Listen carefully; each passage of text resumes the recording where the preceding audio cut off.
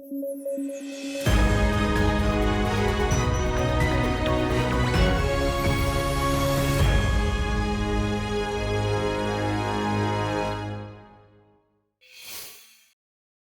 शांति पुरस्कार 2021 से गीता प्रेस गोरखपुर को नवाजा जाएगा। संस्कृति मंत्रालय के मुताबिक गीता प्रेस गोरखपुर के द्वारा गांधीवादी तरीकों का प्रयोग करके सामाजिक, आर्थिक और राजनीतिक तौर पर योगदान दिया गया है। ये फैसला प्रधानमंत्री की अध्यक्षता वाली एक जूरी के द्वारा लिया गया है। पुरस्कार देने वाली जूरी में भारत के प्रधानमंत्री, लोकसभा में विपक्ष के नेता, भारत के मुख्य न्यायाधीश और लोकसभा के स्पीकर शामिल होते हैं। गीता प्रेस दुनिया के बड़े पब्लिकेशंस में से एक है। साल 2023 में इसके गठन के 100 साल पूरे हो रहे हैं। गीता प्रेस ने अभी तक 14 भाषाओं में तकरीबन 41.7 करोड़ किताबें पब्लिश की हैं। गीता प्रेस का मकसद सनातन धर्म के सिद्धांतों को बढ़ावा देना है। गांधी शांति पुरस्कार एक सालाना पुरस्कार है। इसका गठन साल 1995 में किया गया था। इस पुरस्कार में 1 करोड़ रुपए के साथ एक हैंडलूम आइटम भी दिया जाता है। इस पुरस्कार से इसरो, रामकृष्ण मिशन, विवेकानंद केंद्र और सुलभ इंटरनेशनल आदि संस्थाओं को पहले ही नवाजा जा चुका है। नाटो का सालाना सम्मेलन 11 से 12 जुलाई के बीच आयोजित किया जाना है। इसका आयोजन लिथुआनिया में किया जाएगा। इस मौके पर यूएसए स्वीडन को नाटो के पूर्ण सदस्य के तौर पर शामिल करना चाहता है। गौरतलब है कि मई 2022 में फिनलैंड और स्वीडन दोनों ने नाटो की सदस्यता के लिए अप्लाई किया था। 4 अप्रैल 2023 को फिनलैंड को नाटो की सदस्यता प्रदान की गई। फिनलैंड को नाटो की सदस्यता मिल गई, लेकिन स्वीडन अभी भी कतार में है। इसकी वजह है नाटो की सदस्यता के लिए सभी सदस्यों के बीच सहमति। स्वीडन की सदस्यता के लिए तुर्की और हंगरी ने आपत्ति जाहिर की है। तुर्की और हंगरी दोनों की स्वीडन के साथ अलग अलग समस्याएं हैं। हंगरी को लोकतंत्र और रूल ऑफ लॉ को लेकर की गई स्वीडन की टिप्पणी नागवार गुजरी है, तो तुर्की की समस्या स्वीडन में मौजूद कुर्दिस्तान वर्कर्स पार्टी को लेकर है। नाटो का पूरा नाम नॉर्थ अटलांटिक ट्रीटी ऑर्गेनाइजेशन है। यह यूरोप और उत्तरी अमेरिका के देशों का एक राजनीतिक व सैनिक संगठन है। इसका मुख्यालय बेल्जियम की राजधानी ब्रुसेल्स में स्थित है। इसकी स्थापना 4 अप्रैल 1949 को अमेरिका के वॉशिंगटन में की गई थी, जिसमें 12 देश शामिल थे। नाटो सामूहिक रक्षा के सिद्धांत पर काम करता है। इसका मतलब होता है कि एक या अधिक सदस्यों पर आक्रमण सभी सदस्य देशों पर आक्रमण माना जाएगा। इस सिद्धांत का जिक्र नाटो संविधान के अनुच्छेद 5 में है। इस अनुच्छेद को पहली बार संयुक्त राज्य अमेरिका पर 11 सितंबर 2001 को हुए आतंकवादी हमले के बाद लागू किया गया था। इसके सभी सदस्यों का कुल सैनिक खर्च दुनिया के रक्षा खर्च का 70% से ज्यादा है। इसमें यूएसए अकेले दुनिया का कुल सैनिक खर्च का आधा हिस्सा खर्च करता है, जबकि ब्रिटेन, फ्रांस, जर्मनी और इटली साझे तौर पर 15% खर्च करते हैं। आपको बता दें कि भारत नाटो का सदस्य देश नहीं है। आइए अब जल्दी से आगे बढ़ें, उससे पहले एक जरूरी सूचना। स्टडी IQ IAS हिंदी की टीम P2I बैच यानी प्रीलिम्स टू इंटरव्यू बैच लेकर आई है। इसकी शुरुआत आज से यानी 19 जून से शाम को 6 बजे हो रही है। कोर्स में प्रतिदिन 2.5 से 3 घंटे की नियमित कक्षाएं हैं। इसके अलावा प्रिंटेड नोट्स, PDF, मुख्य परीक्षा के लिए उत्तर लेखन कार्यक्रम जैसे बहुत से उपयोगी फीचर्स हैं। इस कोर्स की सबसे बड़ी खासियत यह है कि प्रीलिम्स क्लियर करने वाले स्टूडेंट्स के लिए स्टडी IQ की तरफ से निःशुल्क आवासीय सुविधा उपलब्ध कराई जाएगी। इस दौरान आपके मेंस की पूरी तैयारी कराई जाएगी। साथ ही इंटरव्यू में आपके कम्युनिकेशन स्किल्स के विकास के साथ डेफ का 1-to-1 एनालिसिस भी किया जाएगा। कोर्स में डिस्काउंट हासिल करने के लिए आप अमृत लाइव कोड का इस्तेमाल कर सकते हैं। इससे ये कोर्स आपको केवल 29,999 रुपये में हासिल हो सकेगा। कोर्स के संबंध में और अधिक जानकारी के लिए डिस्क्रिप्शन बॉक्स में दिए गए लिंक पर क्लिक कर सकते हैं। 18 जून को गूगल ने अपना डूडल कमला सोहोनी को समर्पित किया था। ये कमला सोहोनी की 112वीं बर्थ एनिवर्सरी थी। कमला सोहोनी विज्ञान में PhD करने वाली भारत की पहली महिला वैज्ञानिक थी। उन्होंने पाम यानी ताड़ के फलों से एक ड्रिंक तैयार की थी। नीरा नाम की ये ड्रिंक जनजातियों में कुपोषण को कम करने में मददगार है। डॉक्टर सोहोनी की रिसर्च के मुताबिक नीरा विटामिन C से भरपूर है। ये ड्रिंक उन्होंने भारत के पहले राष्ट्रपति डॉक्टर राजेंद्र प्रसाद की सलाह पर तैयार किया था। इसके लिए उन्हें राष्ट्रपति अवार्ड से भी सम्मानित किया गया था। कमला सोहोनी का जन्म 18 जून 1911 को इंदौर में हुआ था। साल 1933 में उन्होंने केमिस्ट्री से BSc किया था। इसके बाद IISc से MSc के लिए अप्लाई किया था। उस वक्त IISc के हेड डॉक्टर CV रमन थे। साल 1997 में आयोजित इंडियन विमेन साइंटिस्ट एसोसिएशन के एक इवेंट में उन्होंने बताया था कि डॉक्टर रमन ने उनकी एप्लीकेशन ये कहते हुए रिजेक्ट की थी, I am not going to take any girl in my institute. उनके मुताबिक विज्ञान में नोबेल पुरस्कार विजेता डॉक्टर CV रमन के शब्द उन्हें अपमानजनक लगे। हालांकि कई शर्तों को आरोपित करने के बाद उन्हें एडमिशन दिया गया, जो कि एक रेगुलर स्टूडेंट के तौर पर नहीं था। उन्होंने उस दौर में विज्ञान में उच्च शिक्षा हासिल की जब महिलाओं को लेकर बायसनेस अपने चरम पर था। उन्होंने न केवल MSc डिस्टिंक्शन के साथ पास की, बल्कि कैम्ब्रिज यूनिवर्सिटी में एडमिशन भी हासिल किया। इस घटना ने डॉक्टर CV रमन के नज़रिए को बदला और वे हर साल इंस्टीट्यूट में कुछ विमेन स्टूडेंट्स को एडमिशन देने लगे। छत्तीसगढ़ कैडर के IPS रवि सिन्हा को रॉ का चीफ नियुक्त किया गया है। रॉ से मतलब है research and analysis wing. Ravi Sinha की नियुक्ति 2 सालों के लिए अपॉइंटमेंट कमेटी ऑफ कैबिनेट के द्वारा की गई है। रवि सिन्हा सामंत गोयल का स्थान लेंगे, जिनका कार्यकाल 30 जून को खत्म हो रहा है। रॉ प्रधानमंत्री के नियंत्रण में काम करती है। इसके हेड को कैबिनेट सेक्रेटरी को रिपोर्ट करना होता है, जो कि PM को रिपोर्ट करते हैं। रॉ भारत की फॉरेन इंटेलिजेंस एजेंसी है। इसका प्राथमिक मकसद फॉरेन इंटेलिजेंस कलेक्ट करना और आतंकवाद को रोकना होता है। रॉ भारत के नाभिकीय कार्यक्रम की सुरक्षा के लिए भी जिम्मेदार है। रॉ को CIA के लाइंस पर डिजाइन किया गया है। इसका गठन साल 1968 में पूर्व प्रधानमंत्री इंदिरा गांधी के कार्यकाल में किया गया था। रॉ की आधिकारिक वेबसाइट मौजूद नहीं है। आपको बताया गया डेटा यतीश यादव की लिखी किताब raw a history of India's convert operation से लिया गया है। आइए अब देखते हैं बुलेटिन पर आधारित क्या सवाल बन सकते हैं। पहला सवाल है, गांधी शांति पुरस्कार 2021 किसे दिया गया है? सुलभ इंटरनेशनल, इसरो, गीता प्रेस या फिर प्रथम? दूसरा सवाल है, नाटो के संबंध में निम्नलिखित कथनों पर विचार कीजिए। यह एक सैन्य संगठन है जो कि सामूहिक रक्षा के सिद्धांत पर काम करता है।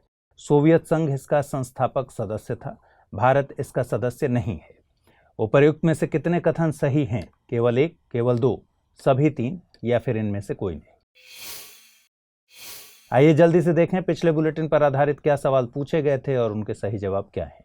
पहला सवाल था, प्रधानमंत्री संग्रहालय स्थित है नई दिल्ली, चेन्नई, लखनऊ, हैदराबाद। सही जवाब है इसका नई दिल्ली। दूसरा सवाल था, निम्नलिखित कथनों पर विचार कीजिए।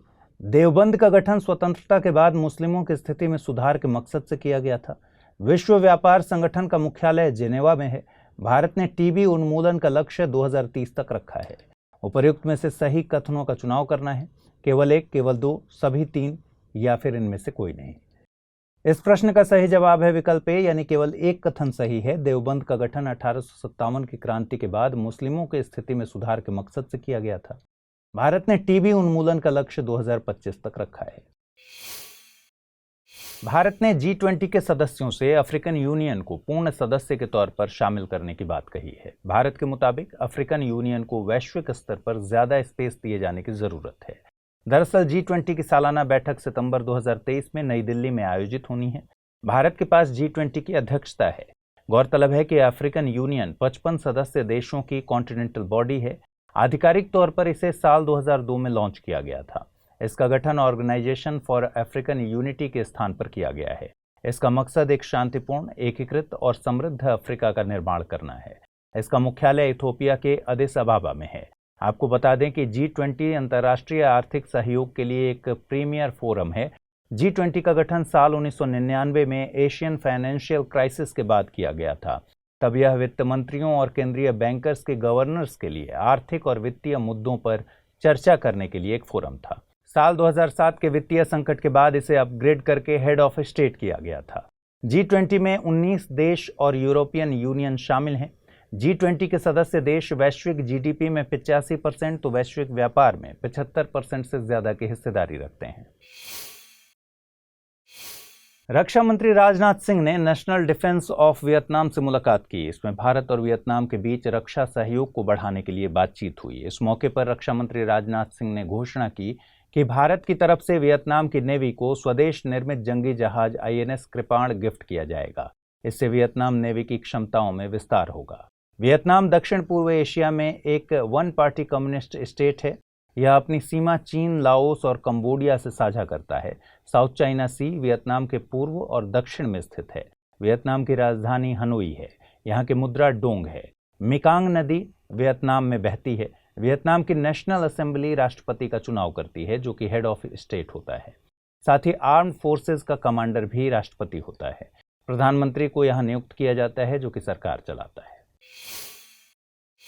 आइए आगे बढ़ें, उससे पहले एक बार दोहरा दूं कि study IQIS Hindi team P2I यानी प्रीलिम्स टू इंटरव्यू बैच लेकर आई है। इसकी शुरुआत 19 जून 2023 से शाम को 6 बजे हो चुकी है।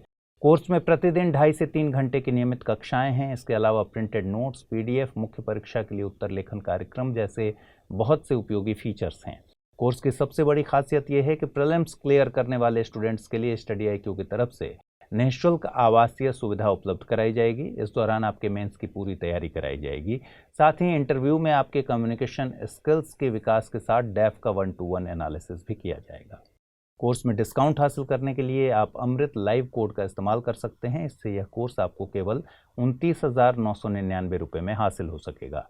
कोर्स के संबंध में ज़्यादा जानकारी के लिए डिस्क्रिप्शन बॉक्स में लिंक दिया गया है, उस पर क्लिक कर सकते हैं। फिलीपींस ने pre packaged processed food products में ट्रांस फैट के प्रयोग पर प्रतिबंध लगा दिया है। गौरतलब है कि हमारे खाने में 2 तरह के ट्रांस फैट पाए जाते हैं, एक नेचुरल ट्रांस फैट और दूसरा artificial trans fat. Natural trans fat दूध और मीट जैसे उत्पादों से मिलते हैं, वहीं आर्टिफिशियल ट्रांस फैट को इंडस्ट्रियल प्रोसेस के तहत तैयार किया जाता है। इस प्रोसेस में लिक्विड वेजिटेबल ऑयल्स में हाइड्रोजन मिला दी जाती है। इसमें तैयार किया गया खाना कम कीमत और स्वाद में बेहतर होता है, इसलिए रेस्टोरेंट और फास्ट फूड आउटलेट्स इसका खूब उपयोग करते हैं। Trans fat biscuit, cookies, frozen pizza, crackers आदि कई पैकेज्ड फूड में पाए जाते हैं। कंपनीज पैकेज्ड फूड के न्यूट्रिशन फैक्ट्स पैनल में इसके बारे में जानकारी देती हैं। ट्रांस फैट हमारे शरीर में खराब LDL कोलेस्ट्रॉल का लेवल बढ़ाता है, साथ ही अच्छे HDL कोलेस्ट्रॉल के लेवल को कम करता है। ट्रांस फैट का उपयोग हृदय संबंधी और टाइप 2 डायबिटीज जैसी बीमारियों को बढ़ावा देता है। IMF ग्लोबल CBDC प्लेटफॉर्म के कॉन्सेप्ट पर काम कर रहा है। दरअसल IMF CBDC यानी सेंट्रल बैंक डिजिटल करेंसीज के लिए प्लेटफॉर्म बनाने पर काम कर रहा है। इससे देशों के बीच ट्रांजैक्शन किया जा सकेगा। इसके लिए एक रेगुलेटरी फ्रेमवर्क तैयार किया जाएगा, जिससे ग्लोबल इंटरऑपरेबिलिटी संभव हो सके। IMF के मुताबिक तकरीबन 114 देशों के सेंट्रल बैंक CBDC पर काम कर चुकी हैं। गौरतलब है कि भारत की सेंट्रल बैंक RBI ने CBDC को पायलट प्रोजेक्ट के तौर पर लॉन्च किया है। RBI ने CBDC को होलसेल और रिटेल दोनों सेक्टर में लॉन्च किया है। RBI के मुताबिक CBDC सेंट्रल बैंक द्वारा जारी किया गया लीगल टेंडर है, जो कि डिजिटल फॉर्म में जारी किया गया है। ये पेमेंट के लिए मीडियम के तौर पर काम करेगा, साथ ही स्टोर करने में भी यह सुरक्षित है। IMF अपने 190 सदस्य देशों की आर्थिक समृद्धि के लिए काम करता है। IMF के 3 मुख्य मिशन हैं: अंतर्राष्ट्रीय मौद्रिक सहयोग को बढ़ावा देना, व्यापार और आर्थिक समृद्धि को बढ़ाना, संपन्नता को नुकसान पहुंचाने वाली नीतियों को हतोत्साहित यानी डिस्करेज करना। IMF अंतर्राष्ट्रीय स्थिरता को बढ़ावा 3 कामों के जरिए देता है। इनमें पॉलिसी एडवाइस, फाइनेंशियल असिस्टेंस और कैपेसिटी डेवलपमेंट शामिल हैं। आइए जल्दी से देखते हैं बुलेटिन पर आधारित क्या सवाल बन सकते हैं। पहला प्रश्न है, निम्नलिखित में से कौन सा कार्य IMF नहीं करता?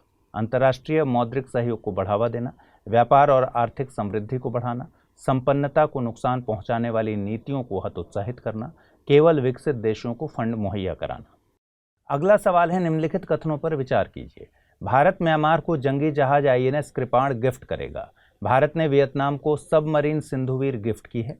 उपर्युक्त में से सही कथन या कथनों का चुनाव करना है। केवल एक, केवल दो, एक और दो दोनों, न तो एक और न ही दो।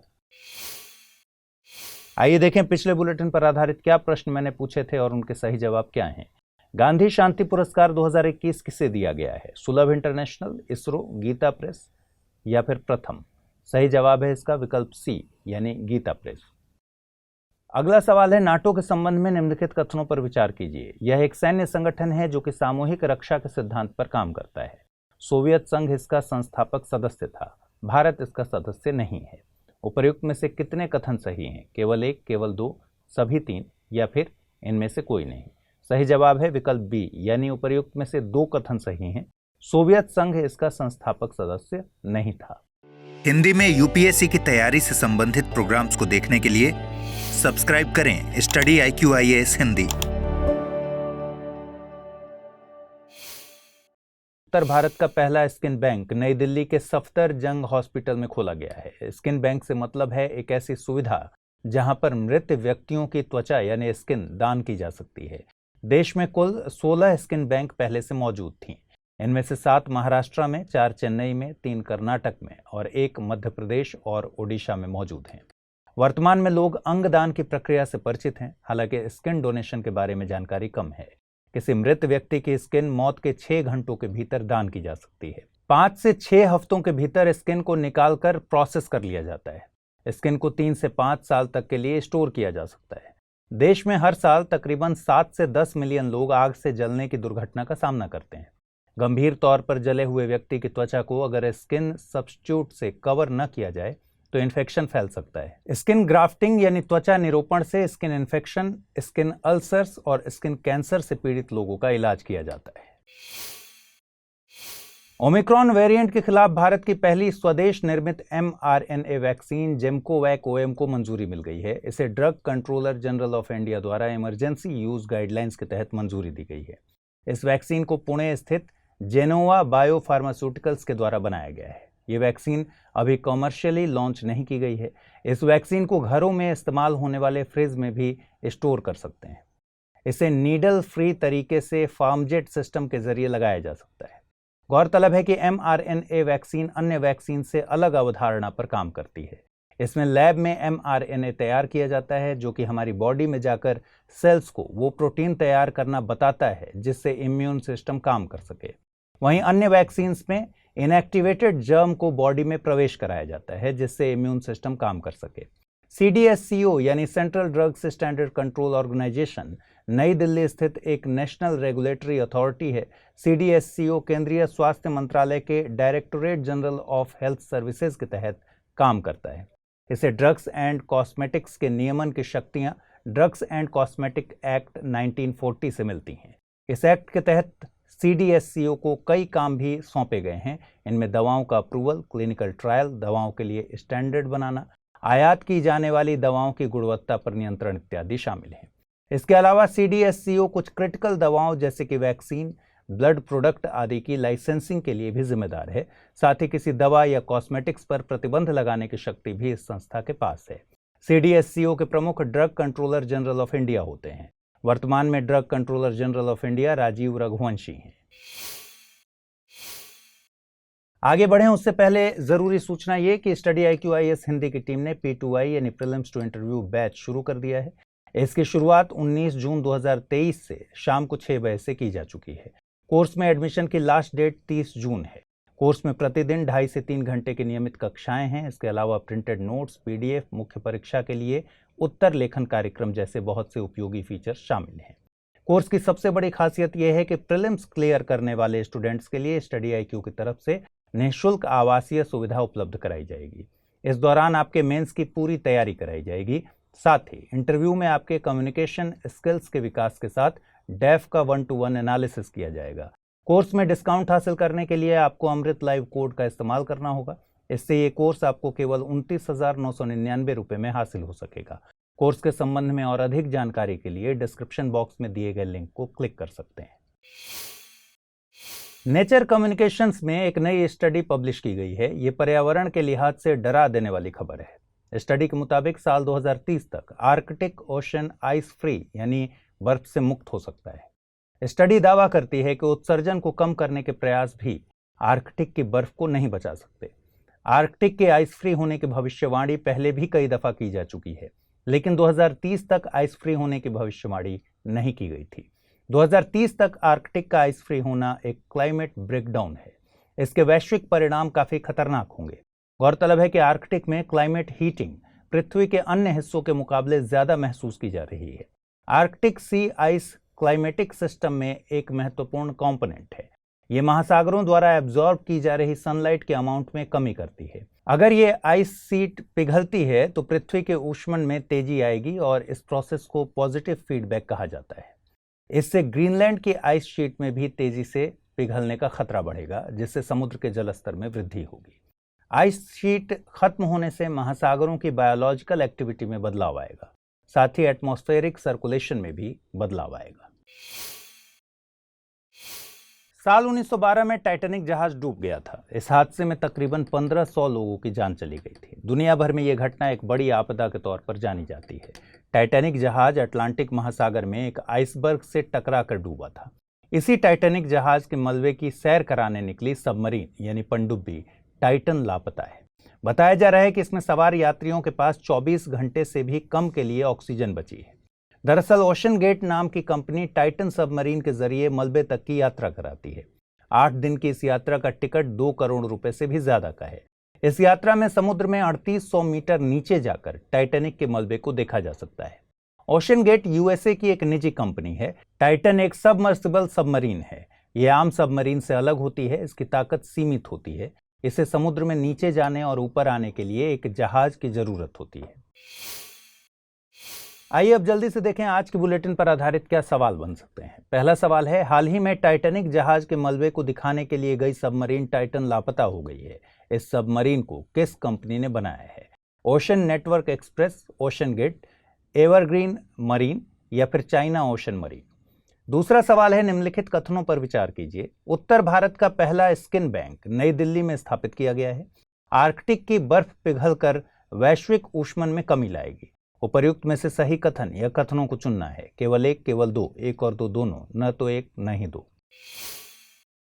आइए अब जल्दी से देखें पिछले बुलेटिन में मैंने आपसे क्या पूछा था और उनके सही जवाब क्या है। निम्नलिखित में से कौन सा कार्य आईएमएफ नहीं करता? अंतर्राष्ट्रीय मौद्रिक सहयोग को बढ़ावा देना, व्यापार और आर्थिक समृद्धि को बढ़ाना, संपन्नता को नुकसान पहुंचाने वाली नीतियों को हतोत्साहित करना या फिर केवल विकसित देशों को फंड मुहैया कराना। सही जवाब है इसका विकल्प डी, यानी आईएमएफ केवल विकसित देशों को फंड मुहैया नहीं कराता। अगला सवाल मैंने पूछा था, निम्नलिखित कथनों पर विचार कीजिए। भारत म्यांमार को जंगी जहाज आईएनएस कृपाण गिफ्ट करेगा। भारत ने वियतनाम को सबमरीन सिंधुवीर गिफ्ट की है। उपर्युक्त में से सही कथन या कथनों का चुनाव कीजिए। केवल एक, केवल दो, एक और दो दोनों, न तो एक न ही दो। सही जवाब है दोनों कथन गलत हैं, इसलिए विकल्प डी सही उत्तर होगा। भारत वियतनाम को जंगी जहाज आईएनएस कृपाण गिफ्ट करेगा। भारत ने म्यांमार को सबमरीन सिंधुवीर गिफ्ट की है। 22 जून को दुनिया भर में वर्ल्ड रेन फॉरेस्ट डे यानी विश्व वर्षा वन मनाया जाता है। इसका मकसद जलवायु, जैव विविधता, संस्कृति और आजीविका के लिए वर्षा वनों की अहमियत को समझना, इन्हें संरक्षित करने के मकसद से वैश्विक आंदोलन चलाना। वर्षा वन बड़ी मात्रा में कार्बन स्टोर करते हैं। वर्षा वनों में मिलियंस में आबादी निवास करती है और वर्षा वनों में पृथ्वी की 50% से ज्यादा की जैव विविधता पाई जाती है। ये वन खाद्य पदार्थ, दवाएं और हाइजीन प्रोडक्ट्स को बनाने में मददगार है। ये हमारे इकोसिस्टम को बैलेंस करने में अहम भूमिका निभाते हैं। रेन फॉरेस्ट को पृथ्वी के फेफड़ों की संज्ञा दी जाती है। दक्षिण अमेरिका के अमेजन वर्षा वन पृथ्वी पर मौजूद ट्रॉपिकल रेन फॉरेस्ट यानी उष्णकटिबंधीय वर्षा वनों में 1/3 की हिस्सेदारी रखते हैं। अमेजन के वर्षा वन पृथ्वी के क्षेत्रफल में केवल 1% की हिस्सेदारी रखते हैं, लेकिन जैव विविधता के मामले में 10% से ज्यादा की हिस्सेदारी है। आंकड़ों के मुताबिक अमेजन के वनों में 76 बिलियन के करीब कार्बन स्टोर है। आपको बता दें कि भारत में अंडमान निकोबार, पश्चिमी घाट और उत्तर पूर्व में वर्षा वन पाए जाते हैं। भारतीय प्रधानमंत्री नरेंद्र मोदी इन दिनों यूएसए की यात्रा पर हैं। इस मौके पर एक लैंडमार्क एग्रीमेंट घोषित होने की संभावना है। ये समझौता यूएसए द्वारा भारत को जेट इंजन तकनीक ट्रांसफर करने से संबंधित है। समझौते के तहत यूएसए भारत को 11 क्रिटिकल जेट इंजन तकनीक ट्रांसफर करेगा। ये डील यूएसए की जनरल इलेक्ट्रिक और भारत के हिंदुस्तान एरोनॉटिक्स लिमिटेड के साथ घोषित की जाएगी। इस समझौते को लेकर चर्चा रक्षा मंत्री और नेशनल सिक्योरिटी एडवाइजर के स्तर पर पहले ही की जा चुकी है।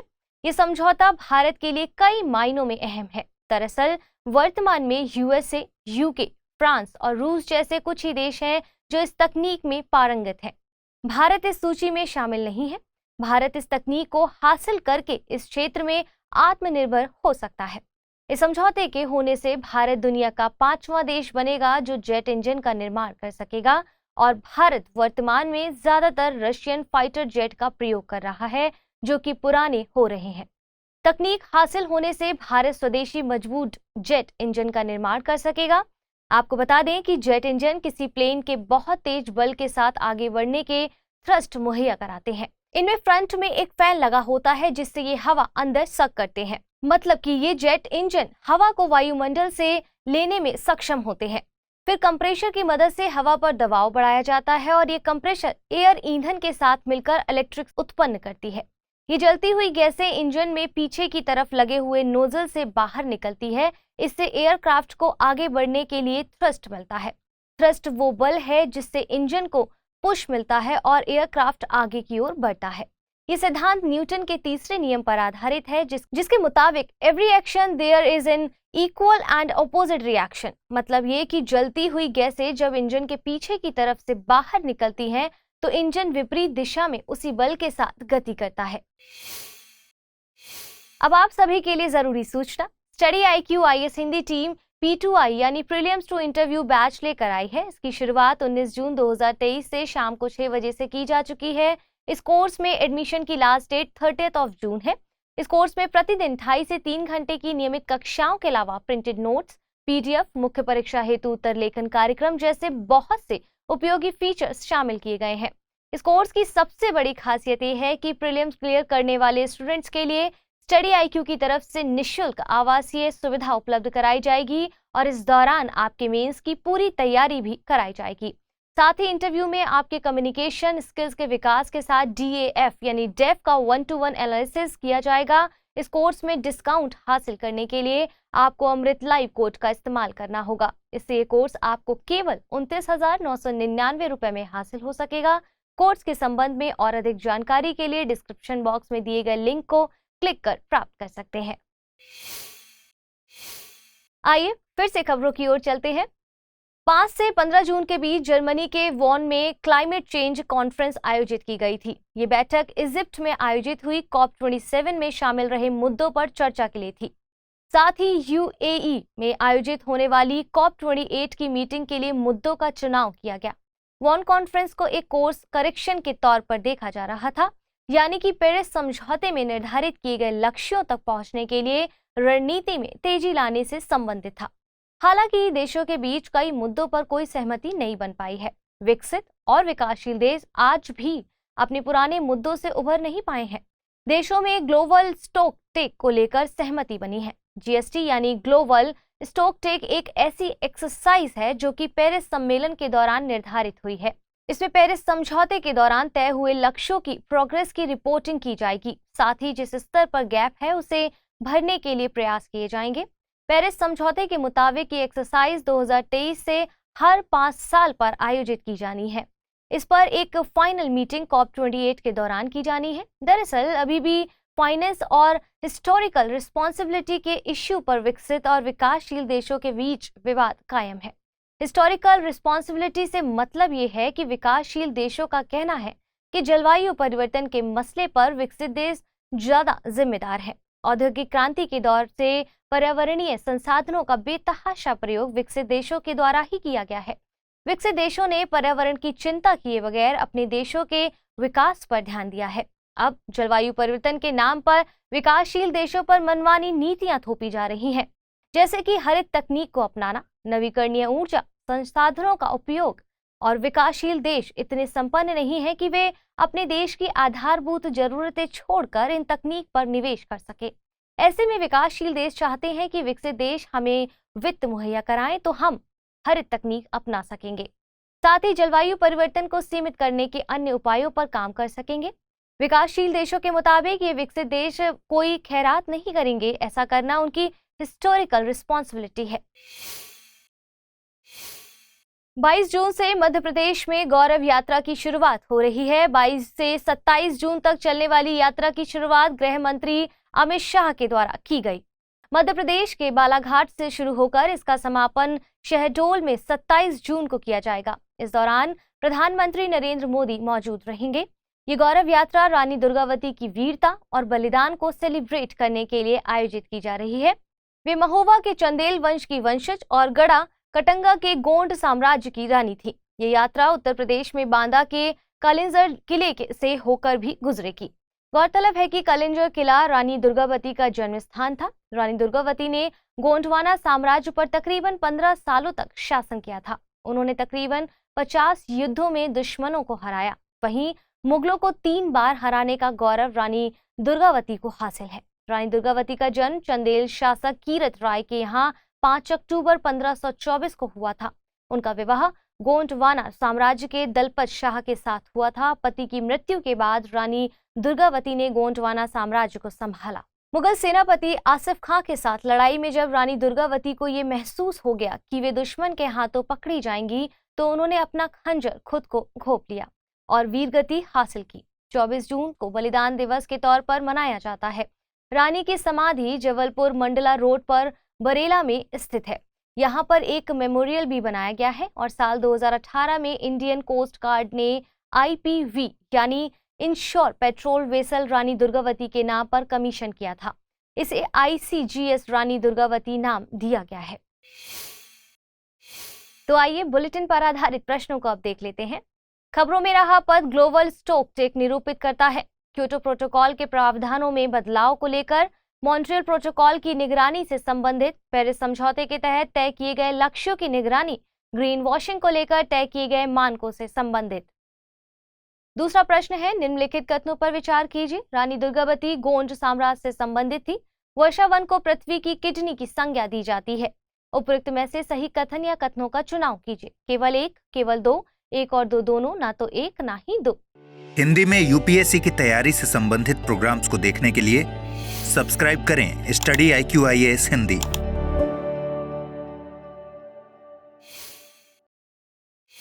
भारतीय प्रधानमंत्री नरेंद्र मोदी इन दिनों USA की यात्रा पर हैं। इस मौके पर USA सीनेट के इंडिया ग्रुप ने एक लेजिस्लेशन लाने की बात कही है। इसमें वे भारत को NATO+5 का दर्जा देने की बात कर रहे हैं।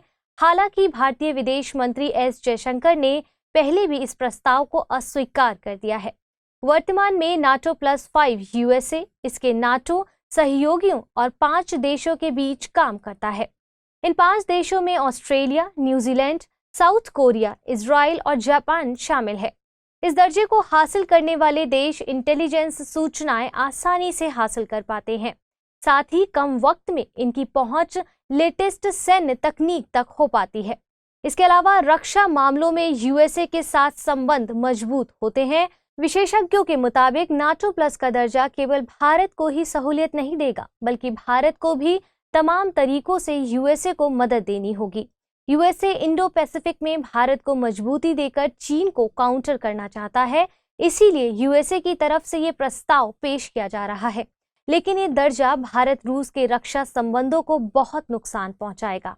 आपको बता दें कि NATO का पूरा नाम नॉर्थ अटलांटिक ट्रीटी ऑर्गेनाइजेशन है। यह यूरोप और उत्तरी अमेरिका के देशों का एक राजनीतिक व सैनिक गठबंधन है। इसका मुख्यालय बेल्जियम की राजधानी ब्रसेल्स में स्थित है। इसकी स्थापना 4 अप्रैल 1949 को अमेरिका के वॉशिंगटन में की गई थी। विश्व आर्थिक मंच ने अपनी flagship report global gender gap जारी की है। भारत ने 146 देशों में 127वीं रैंक हासिल की है। भारत की रैंक में पिछले साल के मुकाबले सुधार हुआ है। साल 2022 में भारत 135वें स्थान पर था। भारत ने अपनी रैंकिंग में 8 स्थानों का सुधार किया है और भारत ने जेंडर गैप को 64.3% तक कम कर लिया है। रिपोर्ट के मुताबिक जेंडर इक्वालिटी यानी लैंगिक समता के मामले में आइसलैंड पहले स्थान पर है। आइसलैंड ने लैंगिक अंतराल यानी जेंडर गैप को 90% तक कम कर लिया है। जेंडर इंडेक्स में सामाजिक, आर्थिक, राजनीतिक और सांस्कृतिक स्तर पर महिलाओं एवं पुरुषों के बीच के अंतराल को देखा जाता है। ग्लोबल जेंडर गैप इंडेक्स 4 सब index health and survival, economic participation and opportunity, educational attainment और पॉलिटिकल एम्पावरमेंट पर आधारित है। भारत ने मजदूरी और आय के मामले में जहां समता हासिल की है, हालांकि सीनियर और तकनीक रोल्स तक महिलाओं की पहुंच कम हुई है। राजनीतिक सशक्तिकरण के मामले में भारत ने 25.3% की समता हासिल की है। संसद में महिलाओं का प्रतिनिधित्व 15.1% तक पहुंच गया है। रिपोर्ट के मुताबिक भारत उन 18 देशों में शामिल है जहां पर स्थानीय प्रशासन में महिलाओं का प्रतिनिधित्व 40% के ऊपर निकल गया है। भारत में स्थानीय प्रशासन में महिलाओं का प्रतिनिधित्व 44.4% है। अब आप सभी के लिए जरूरी सूचना, study IQ IAS Hindi team P2I यानी प्रीलिम्स टू इंटरव्यू बैच लेकर आई है। इसकी शुरुआत 19 जून 2023 से शाम को 6 बजे से की जा चुकी है। इस कोर्स में एडमिशन की लास्ट डेट 30 जून है। इस कोर्स में प्रतिदिन 2.5 से 3 घंटे की नियमित कक्षाओं के अलावा प्रिंटेड नोट्स, PDF, मुख्य परीक्षा हेतु उत्तर लेखन कार्यक्रम जैसे बहुत से उपयोगी फीचर्स शामिल किए जाएंगे। इस कोर्स की सबसे बड़ी खासियत यह है कि प्रीलिम्स क्लियर करने वाले स्टूडेंट्स के लिए स्टडी IQ की तरफ से निःशुल्क आवासीय सुविधा उपलब्ध कराई जाएगी। इस दौरान आपके मेंस की पूरी तैयारी भी कराई जाएगी। साथ ही इंटरव्यू में आपकी कम्युनिकेशन स्किल्स के विकास के साथ डेफ का 1-to-1 एनालिसिस किया जाएगा। इस कोर्स में डिस्काउंट हासिल करने के लिए आपको अमृत लाइव कोड का इस्तेमाल करना होगा। इससे ये कोर्स आपको केवल 29,999 रुपए में हासिल हो सकेगा। कोर्स के संबंध में और अधिक जानकारी के लिए डिस्क्रिप्शन बॉक्स में दिए गए लिंक को क्लिक कर प्राप्त कर सकते हैं। आइए वापस खबरों की ओर चलते हैं। पहली बार किसी केंद्रीय कल्याणकारी योजना में फेस ऑथेंटिकेशन की सुविधा लॉन्च की गई है। PM किसान योजना ऐसी पहली योजना बनी है। PM किसान ऐप के जरिए किसान मोबाइल से फेस ऑथेंटिकेशन कर सकेंगे। अब KYC के लिए OTP और फिंगरप्रिंट्स की जरूरत नहीं होगी। 21 मई 2023 से ऐप के जरिए फेस ऑथेंटिकेशन शुरू किया जा चुका है। तकरीबन 3 लाख किसान इसका लाभ भी उठा चुके हैं। अभी तक किसानों के eKYC के लिए केंद्र पर जाकर बायोमेट्रिक्स के जरिए eKYC कराना होता था। इसके अलावा आधार लिंक्ड मोबाइल पर OTP के जरिए भी eKYC किया जा सकता है। हालांकि इससे बुजुर्ग किसान और ऐसे किसान जिनका नंबर आधार से लिंक्ड नहीं है, उन्हें समस्या होती थी। इसके अलावा सरकार PM किसान योजना को भाषणी प्लेटफॉर्म से जोड़ने की योजना बना रही है, जिससे किसानों को उनकी स्थानीय भाषा में सूचना दी जा सकेगी। भाषणी सरकार का नेशनल पब्लिक डिजिटल प्लेटफॉर्म है। इसके जरिए नागरिकों को उत्पाद और सेवाएं उनकी भाषा में पहुंचाई जाती हैं। आपको बता दें कि प्रधानमंत्री किसान सम्मान निधि यानी PM किसान योजना को प्रधानमंत्री द्वारा 24 फरवरी 2019 को लॉन्च किया गया था। ये योजना 1 दिसंबर 2018 को लागू हुई थी। मतलब ये है कि ये योजना बैकडेट में लागू हुई थी। ये एक सेंट्रल सेक्टर स्कीम है। इसमें किसान परिवारों को वित्तीय सहायता मुहैया कराई जाती है और योजना के तहत किसान परिवारों को एक साल में 6,000 रुपए दिए जाते हैं। हर 4 महीने पर 2,000 रुपए की एक किस्त दी जाती है। प्रधानमंत्री नरेंद्र मोदी USA की यात्रा पर हैं। तमाम खबरों के बीच एक खबर है कि उन्होंने वाइडेन फैमिली को कई तोहफे दिए हैं, जिनमें the sandalwood box, the 10 principal Upanishad किताब का फर्स्ट एडिशन शामिल है। साथ ही USA की फर्स्ट लेडी जिल वाइडेन को 7.5 कैरेट का लैब ग्रोन डायमंड उपहार में दिया है। इस डायमंड को एक पेपर मैशी बॉक्स में दिया गया है। कश्मीर की इस पेपर मैशी कला को कलमदानी के नाम से भी जाना जाता है। हाल के सालों में लैब ग्रोन डायमंड ज्यादा पॉपुलर हुए हैं। इन्हें खनन किए गए हीरो की तुलना में ज्यादा तरजीह दी जा रही है। लैब में तैयार किए गए हीरे पर्यावरण के लिहाज से ज्यादा सतत होते हैं। लैब ग्रोन डायमंड्स रासायनिक और भौतिक तौर पर खनन किए गए हीरो की तरह ही होते हैं। इनकी लैब ग्रोन डायमंड्स के तौर पर पहचान मुश्किल होती है। इन डायमंड को लैब में तैयार करने के लिए कुछ विशेष तकनीक का प्रयोग किया जाता है। साथ ही प्राकृतिक तौर पर जिस भूवैज्ञानिक तरीके से हीरे तैयार होते हैं, उस प्रक्रिया को लैब में कॉपी किया जाता है। दुनिया में सबसे बड़ा डायमंड प्रोड्यूसर देश रूस है। भारत में मध्य प्रदेश का पन्ना जिला डायमंड के उत्पादन के लिए प्रसिद्ध है। आपको बता दें कि डायमंड कार्बन का एलोट्रोप यानी अपर रूप होता है। डायमंड प्राकृतिक तौर पर सबसे कठोर तत्व के रूप में जाना जाता है। इसका मेल्टिंग पॉइंट और बॉइलिंग पॉइंट बहुत हाई होता है। आइए बुलेटिन पर आधारित प्रश्नों को देख लेते हैं। NATO +5 में निम्न में से कौन सा से देश शामिल नहीं है? Israel, Japan, Pakistan, Australia, Bharat, UAE। नीचे दिए गए कूटों का प्रयोग कर सही उत्तर चुनिए। 1, 2 और 3, 2, 3, 4, 3, 5, 6, 2, 4 और 6। दूसरा प्रश्न है ग्लोबल जेंडर गैप इंडेक्स 2023 के संबंध में निम्नलिखित कथनों पर विचार कीजिए। इसे विश्व आर्थिक मंच के द्वारा जारी किया जाता है। 2023 के इंडेक्स में पहले स्थान पर नॉर्वे है। भारत ने 135वीं रैंक हासिल की है। उपरोक्त में से कितने कथन सही हैं? केवल 1, केवल 2, सभी 3, इनमें से कोई नहीं। आइए पिछले बुलेटिन पर आधारित प्रश्नों को देख लेते हैं। खबरों में रहा पद ग्लोबल स्टॉक टेक निरूपित करता है। क्योटो प्रोटोकॉल के प्रावधानों में बदलाव को लेकर मॉन्ट्रियल प्रोटोकॉल की निगरानी से संबंधित पेरिस समझौते के तहत तय किए गए लक्ष्यों की निगरानी ग्रीन वॉशिंग को लेकर तय किए गए मानकों से संबंधित। सही जवाब है विकल्प सी। दूसरा प्रश्न था, निम्नलिखित कथनों पर विचार कीजिए। रानी दुर्गावती गोंड साम्राज्य से संबंधित थी।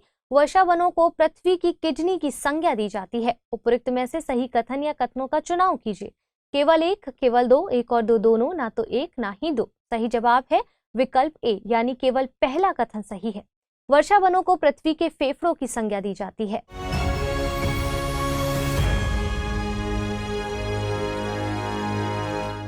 हिंदी में यूपीएससी की तैयारी से संबंधित प्रोग्राम्स को देखने के लिए सब्सक्राइब करें स्टडी IQ IAS हिंदी।